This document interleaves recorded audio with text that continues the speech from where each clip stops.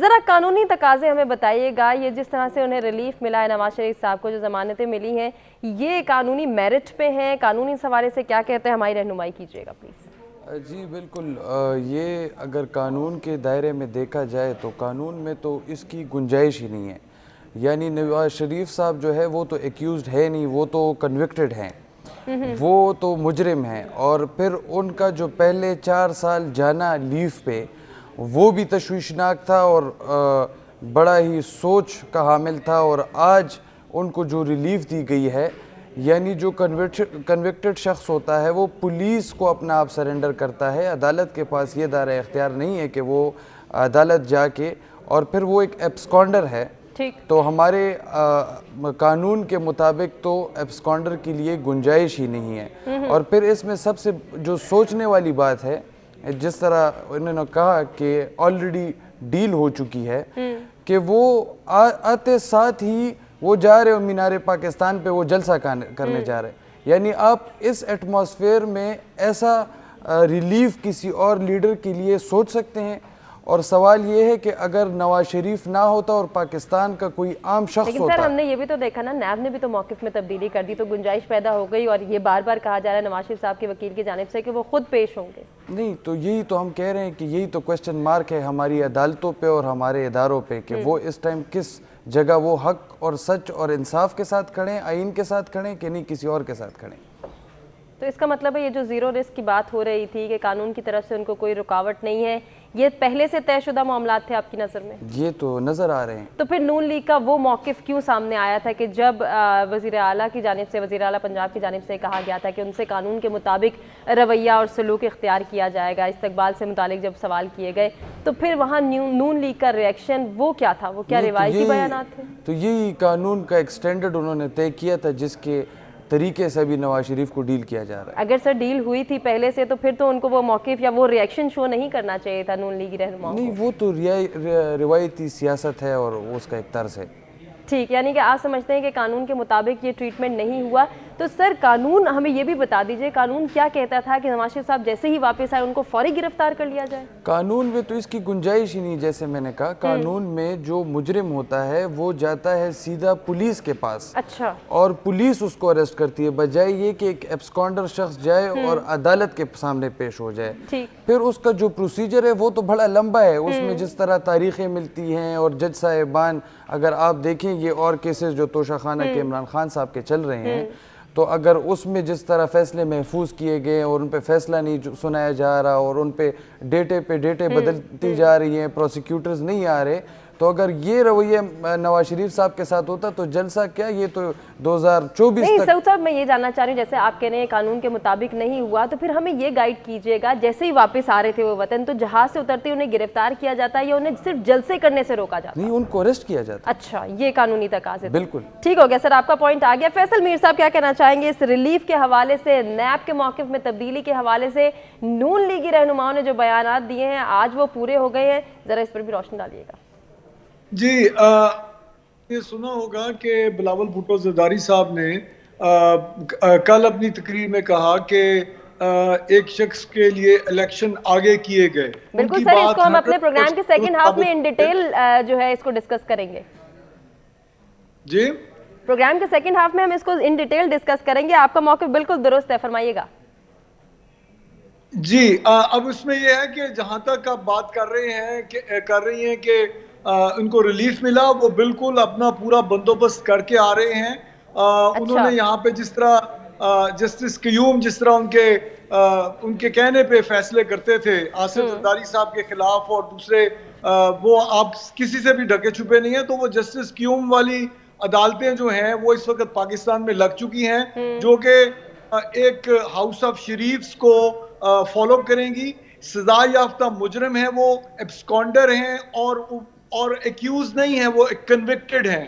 تو پاکستان کی تاریخ میں آصف علی زرداری صاحب کو بغیر کنوکشن کے ان لوگوں نے 14 سال جیل میں رکھا، اور وہ جب ضمانت کے لیے اپلائی کرتے تھے وہ کہتے تھے کہ نہیں، اسٹریچر پہ بھی ہو، تو اگر وہ ریلیف مانگتے تھے کہ میں کورٹ میں پیش نہیں ہو سکتا، تو اسٹریچر پہ بھی ہو تو تم عدالت میں پیش ہو۔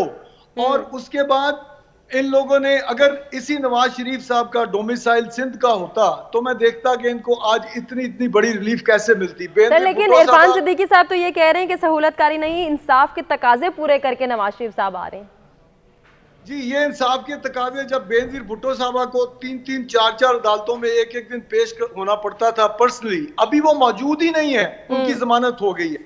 یہ کہاں کا قانون ہے کہ ایک ملزم کنوکٹڈ آدمی، یہاں پہ تو لا یہ ہے کہ جو ملزم ہے اس نے اگر ضمانت لینی ہے تو پرسنلی پیش ہوگا عدالت میں آ کر، ادروائز اس کی ضمانت انٹرٹین نہیں کی جائے گی. یہاں پہ ایک ایکیوزڈ آدمی جو کنوکٹڈ، ایکیوز نہیں ہے، کنوکٹڈ آدمی، اور وہ بھگوڑا ہے، ایبسکونڈر ہے، اس کے لیے آپ ریڈ کارپیٹڈ استقبال جو ہے وہ کرنے کے لیے سارے انتظامات کر رہے ہیں ہماری ساری جو ادارے ہیں مل جل کے.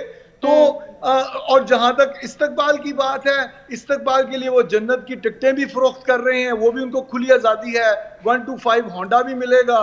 اور اس کے بعد ان کے ابھی آج علماء اور مشاق ونگ جو ہے مسلم لیگ نون کی، محمد عمران شاہ صاحب اس کے سربراہ ہیں، انہوں نے فرمایا ہے کہ یہ اسلام کے عین مطابق ہے اور یہ دین میں فرض ہے کہ آپ... سر کنٹینیو کریں گے ڈسکشن کو، مجھے ابھی بریک کی جانے بڑھنا ہے. بریک سے پہلے ذرا پبلک پول کو اس سوال کے حوالے سے ڈسکس کر لیتے ہیں. کیا نواز شریف کو وطن واپسی سے قبل ضمانتیں ملنی چاہیے تھی؟ 80% اسی کا ساتھ دے رہے ہیں جی ہاں ملنی چاہیے تھی، جبکہ 20% اس کی نفی کر رہے ہیں. ناظرین ایک شارٹ بریک کی جانے بڑھیں، اسٹے ود اس.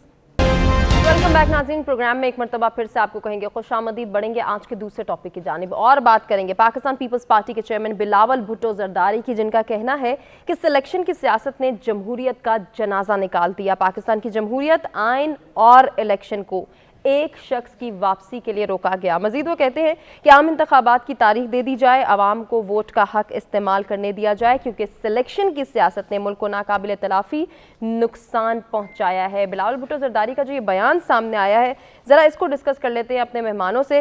نصرت مرزا صاحب، کیا واقعی ایسا ہے کہ الیکشن کو نواز شریف کی واپسی کی وجہ سے ڈیلے کیا گیا، روکا گیا، ملتوی کیا گیا؟ یہ تو میں نہیں کہہ سکتا، لیکن یہ ہے کہ وہ یہ تو بہرحال ہے کہ بعد ایک آدمی کو دوسرے کسی آدمی کو پارٹی کو روکنے کے لیے انہوں نے یہ ایسا کیا. اب ان کے لیے ایک آدمی، ایسا آدمی چاہیے جو اس کو ریپلیس کر سکے پنجاب میں، جو وہ اب نواز شریف کو آزمائیں گے اور دیکھیں گے کہ بھئی آیا وہ واقعی ابو قاسم کو یا ابو سلمان کو جو ہے وہ ریپلیس کر سکتا ہے یا نہیں کر سکتا ہے. تو بنیادی طور پر تو بات یہ تھی، لیکن اب یہ ہے کہ یہ ایک نیا کوشش کر رہے ہیں جس کو اس طرف بلاول بھٹو صاحب نے جو اس طرح سے اشارہ کیا ہے، تو ظاہر ہے کہ اس میں پہلے تو بھٹو صاحب زرداری صاحب بھی پارٹی بھی اس میں شریک تھی نا، ان کے ساتھ میں پی ڈی ایم میں شریک تھی. سر اس وقت یہ گلہ کیوں نہیں کیا گیا کہ الیکشن کو روکا جا رہا ہے یا ملتوی کیا جا رہا ہے نواز شریف کی وجہ سے؟ وہ نہیں، تو اب ظاہر ہے کہ یہ تو الیکشن کے لیے تیار نہیں ہے نا. مسلم لیگ نون جو ہے وہاں پر تو ان کا صفایا ہو چکا ہے، لیکن اب وہ سندھ میں تو پیپل پارٹی انٹیکٹ ہے، وہ تو اپنے پھر سے ووٹ لے لے گی اور پھر سندھ میں گورنمنٹ بنا لے گی، تو ان کی گورنمنٹ کو تو روکا جا رہا ہے، تو وہ اس لحاظ سے تو وہ چیخیں گے نا. جو تو اب صورتحال یوں ہے کہ یہاں پر تو کوئی ابھی ان کے، جیسا کہ آپ نے دیکھا کہ ان کے جلسے جو ہوئے ہیں یا جو جلسیاں ہوئی ہیں وہ کامیاب تو نہیں ہیں، لیکن بہرحال اور یہ بھی نہیں کہا جا سکتا کہ 10 لاکھ آدمی کو جمع کر لیں گے. تو میں نہیں سمجھتا کہ اگر 1-2 لاکھ بھی جمع ہو جائیں تو بڑی بات ہے، کہ اگرچہ یہ بہت بڑی کوشش کر رہے ہیں. سر یہ تو آنے والا وقت بتائے گا. آپ نے اپنا اوپینین شیئر کر دیا. فیصل میر صاحب آپ کیا کہنا چاہیں گے؟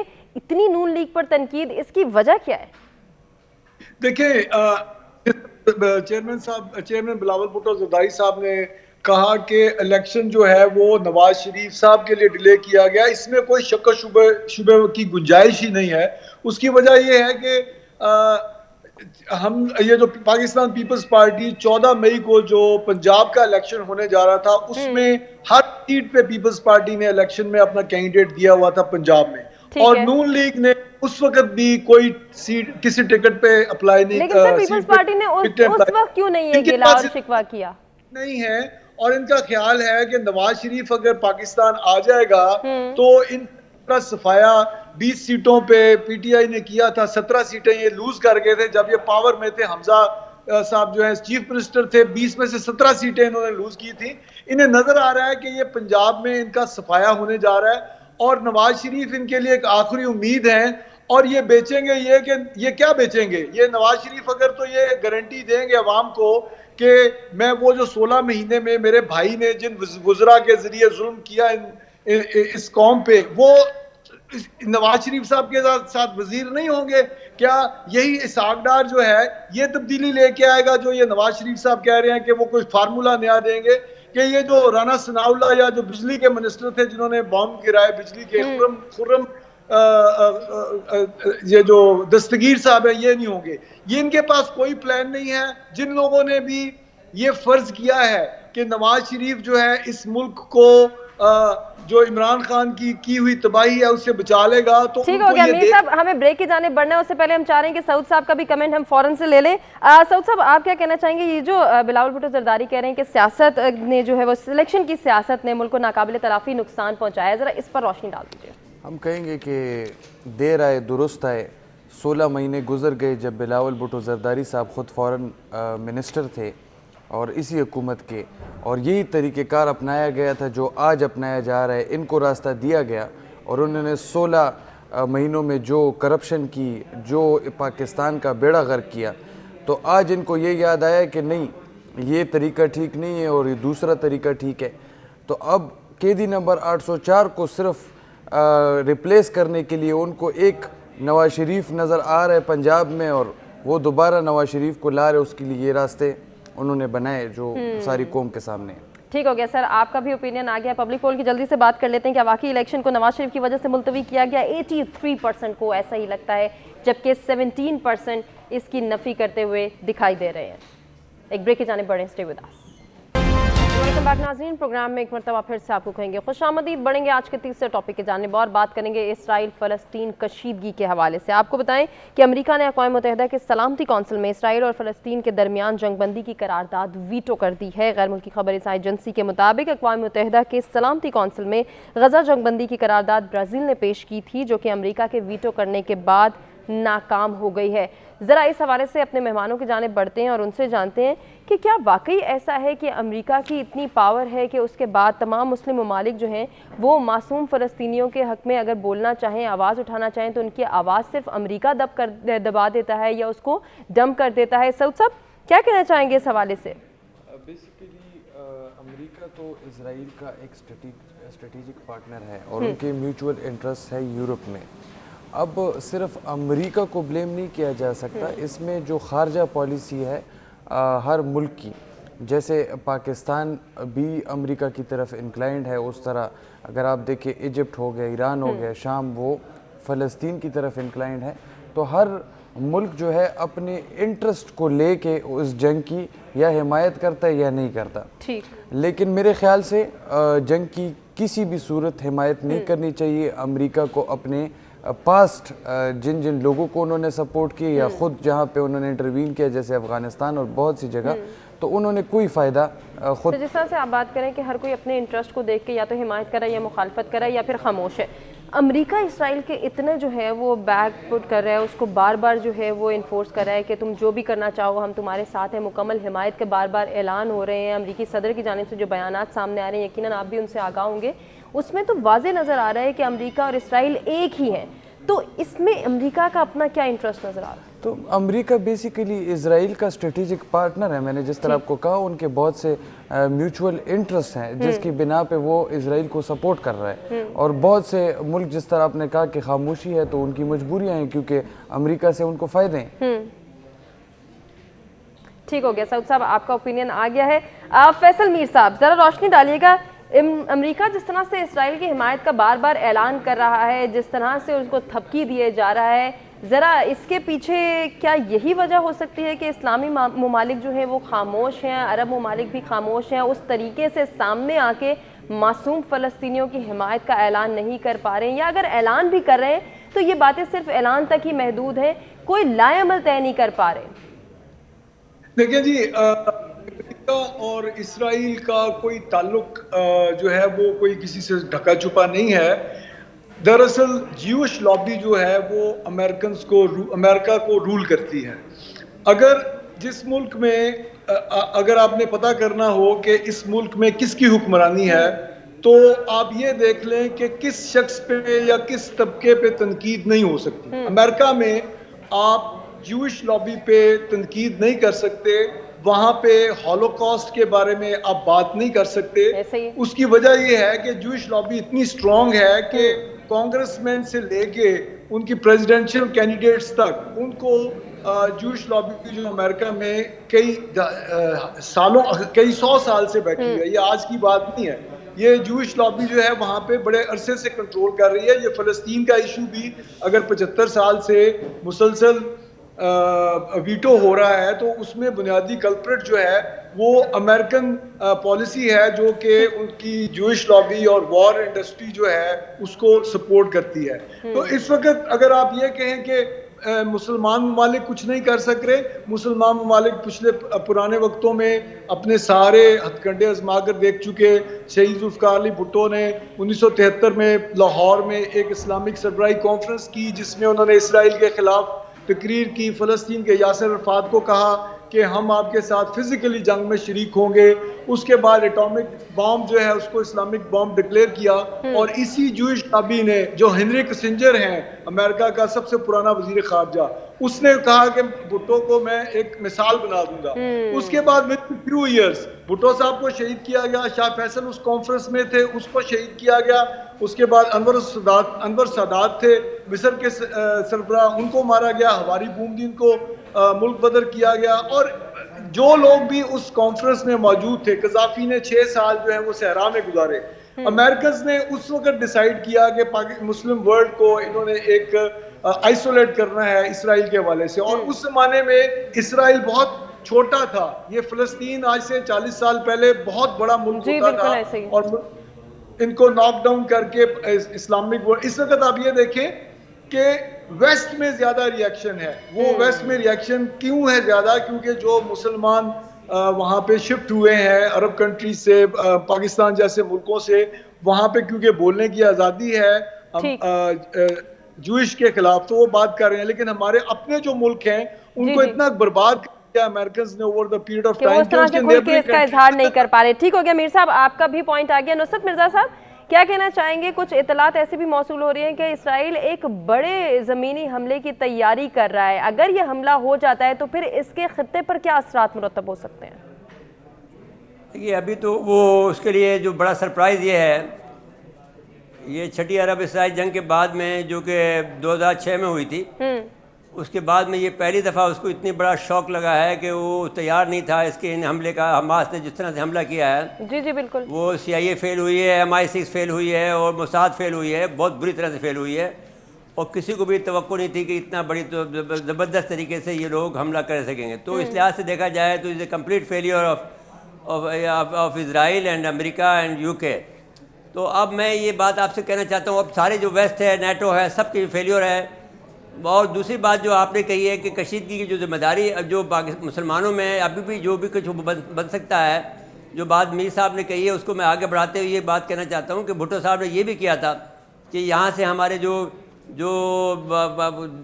4-5 پائلٹ گئے تھے جنہوں نے جا کے پھر ان کو مارا تھا, اسرائیلیوں کو, ان کے جہاز کئی گرائے تھے.